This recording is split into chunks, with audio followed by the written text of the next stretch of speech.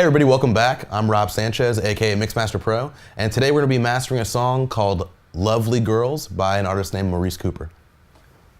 So the first thing we're going to do, as usual, is listen to the song and see if there's anything that we can hear that we can immediately fix. If there's any frequency imbalances, or if there's too much level in the song, maybe too much low end, too much high end.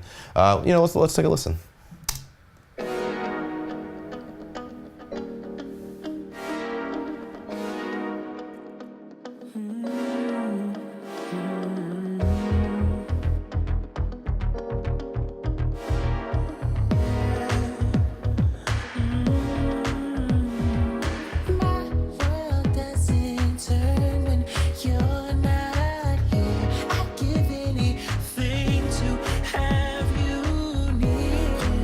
Okay, cool, so things sound pretty level. There's a little imbalance in the low end is what I'm hearing right now. It's just a little boomy. Also, the vocals in the mid-range could come out a little bit in the mix.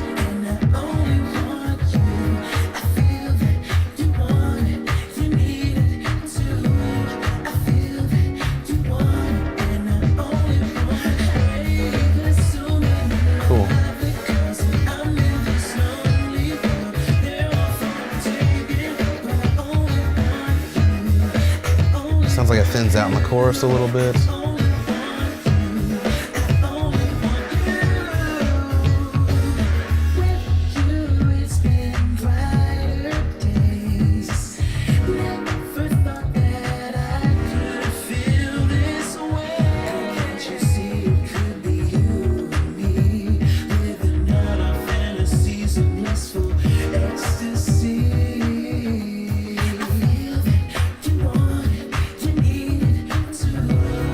Overall, I think it needs a stronger mid-range. It's just a little flat in the mids.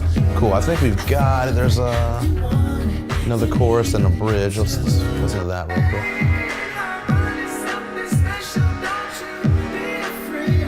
Cool.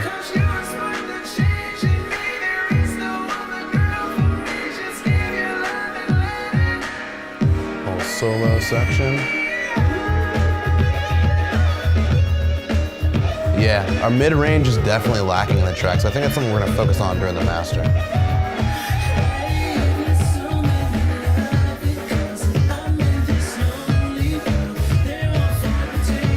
Alright, cool. I think that should give us enough. So the first thing is a little Pro Q3 by FabFilter. And I'm going to use a blend of compression and EQ, or dynamic EQ, to really bring out that mid-range. So let's start with the verse.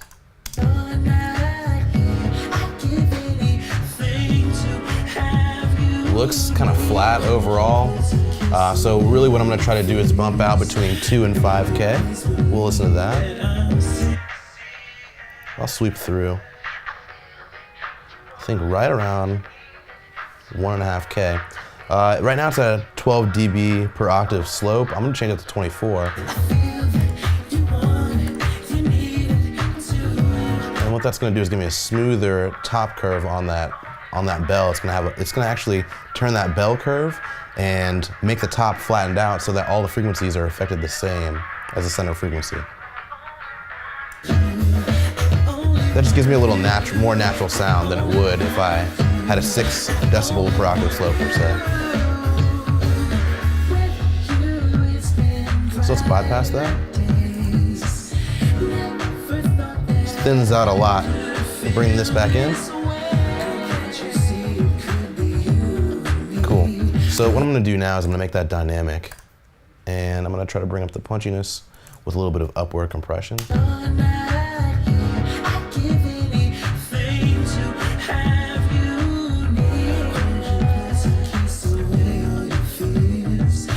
Okay, bypass.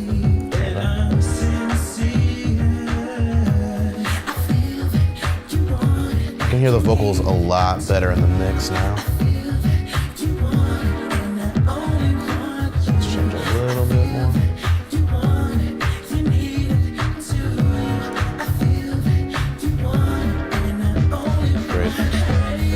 stage a little bit. I see my plugins clipping, so we're just bring it down.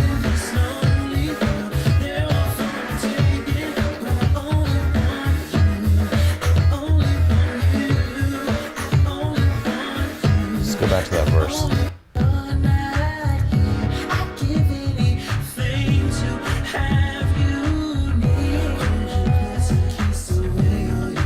Cool.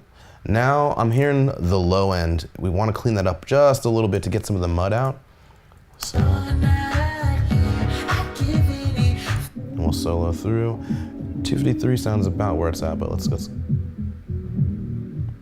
sounds like where a lot of the bulk of our bass is. So let's narrow in on that mud.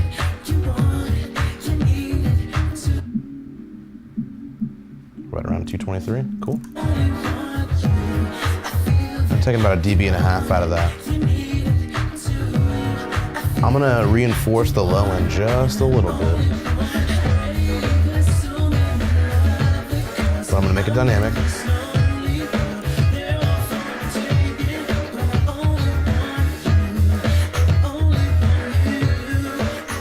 go back.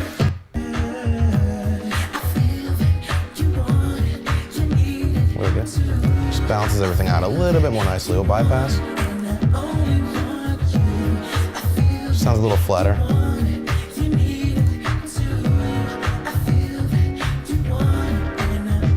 Some of the extreme lows, I want to clean up a little bit there.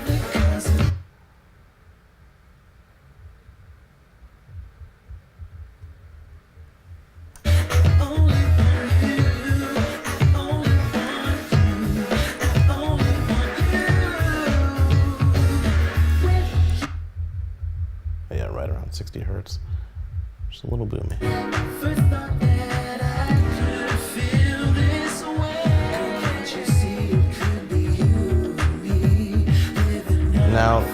So now that we've got the mid-range kind of where we want it, I've noticed that the highs are just a tad bright.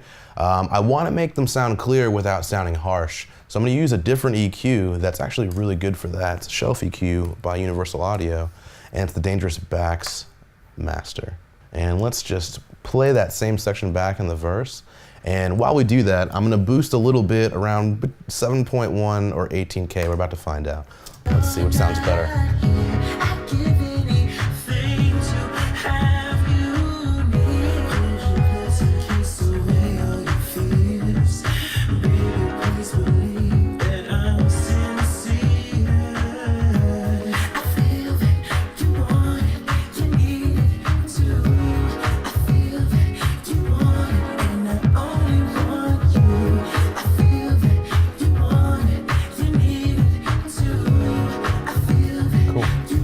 So I think that sounds a lot more balanced. We'll bypass it.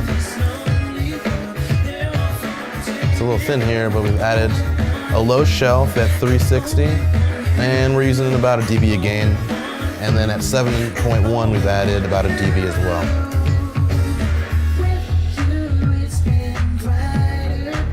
Bypass one more time.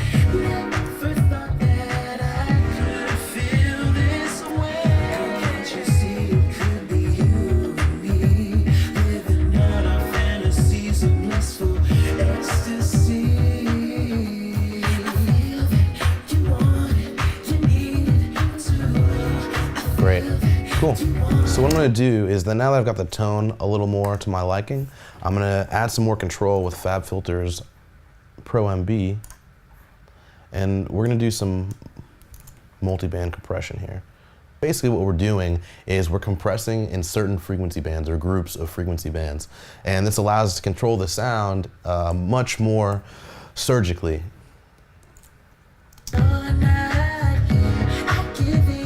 So looking at the spectrum right now, I can see that maybe sometimes we have too much energy around the 500 range, so I'm going to add a point there. I'm going to bring my range up.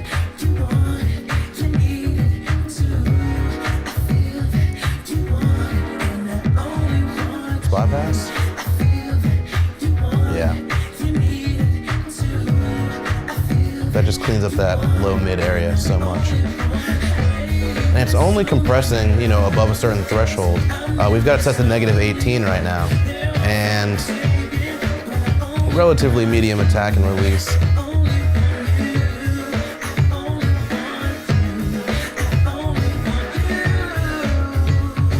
Now this is a hot track, so instead of continuously gain staging my tracks, I'm just gonna go into Pro Tools here and trim down a little bit.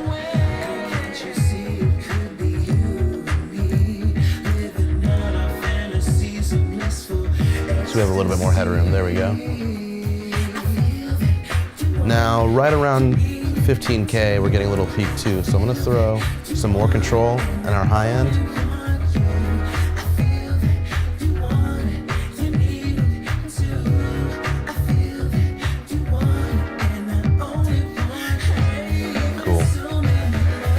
Bypass that.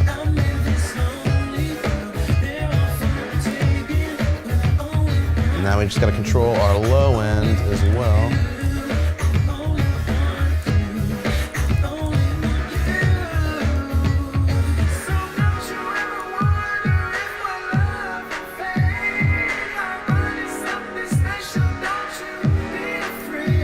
So what I'm listening for is where the punch of the kick starts to go away. I don't want to go that far in. I want to bring it just outside of that.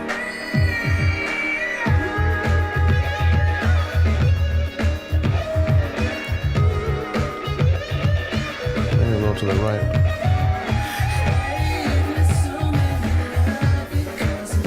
So we pick up the bass and it glues it together a little bit better. Bypass. Bring this range back up. So it's not as drastic. And we're actually gonna boost it.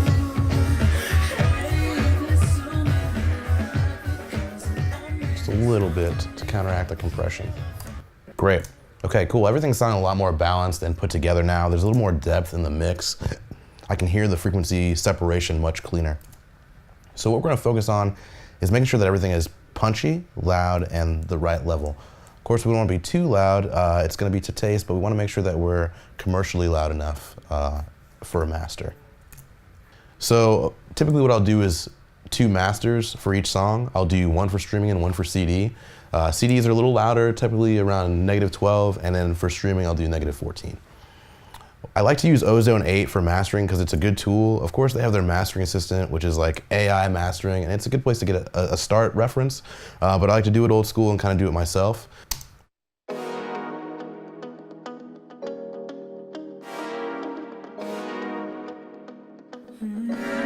So I'll go ahead and take everything off of there. And I'm gonna start with an imager to kind of put everything in the stereo field where I think it should be. I like to bring my low end down into the center. A little bit with the low mids as well. Gives you a little bit of a wider sound. And I'll bring my mids more up front, the same with the highs. But just slightly. Because what that'll do is, when I spread out the highs, it softens them out so they don't sound as harsh. So it's effectively a de-esser, but much more subtle. Let's bypass that.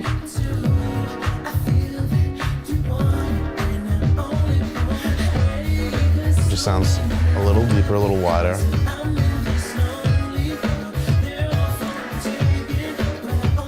Great.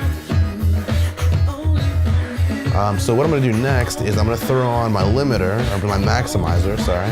And I already know that for this streaming master, we have to be at -14 LUFS. So I'll go ahead and learn threshold.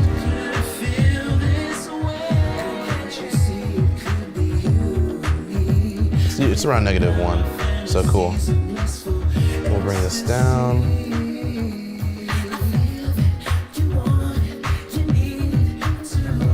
I'll put true peak on because it measures the peaks in the analog domain so that there's no clipping occurring at your converter stage, not just at the plug-in. So this gives you a cleaner sound, it gives you a little bit more headroom, so your highs end up sounding a lot crisper, your overall frequency and tonal balance sound a little more analog.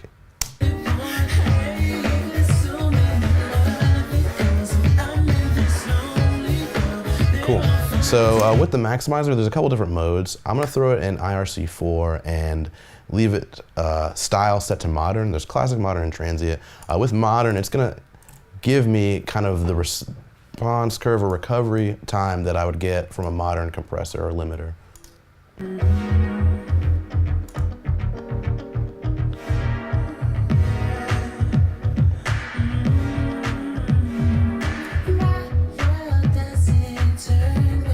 Great. Stereo field looks good, levels look good, tonal balance looks good. I think we're ready to call it a day.